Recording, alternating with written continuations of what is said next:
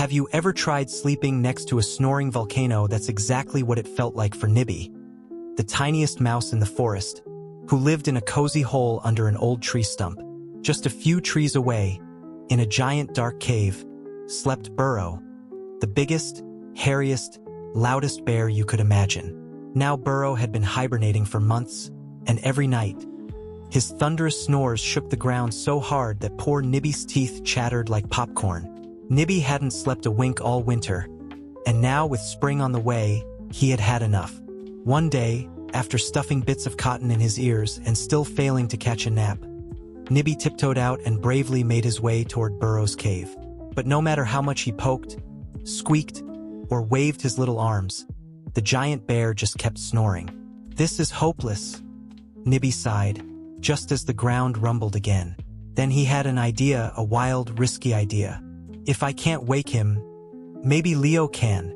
Leo, the king of the grasslands, a proud lion who lived on the hilltop, was known for his mighty roar that echoed for miles. But Leo didn't like being disturbed, especially not by tiny creatures. Still, Nibby had no choice. He packed a berry for courage and set off on the long trek uphill. After dodging swooping owls and nearly slipping on mossy rocks, Nibby arrived at Leo's den. With a squeaky voice and a shaking tail, he begged the lion for help. At first, Leo let out a big yawn and rolled his eyes. "You want me to wake him?" he growled. But then, seeing how tired and determined Nibby looked, something in Leo softened. That night, the two of them crept to Burro's cave. "Ready," Leo whispered.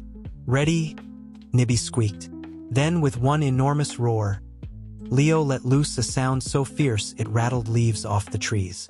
Burro shot up, eyes wide, confused and sniffling. Who's there? Is it spring already?" he muttered. Nibby jumped in excitement. The snoring had stopped.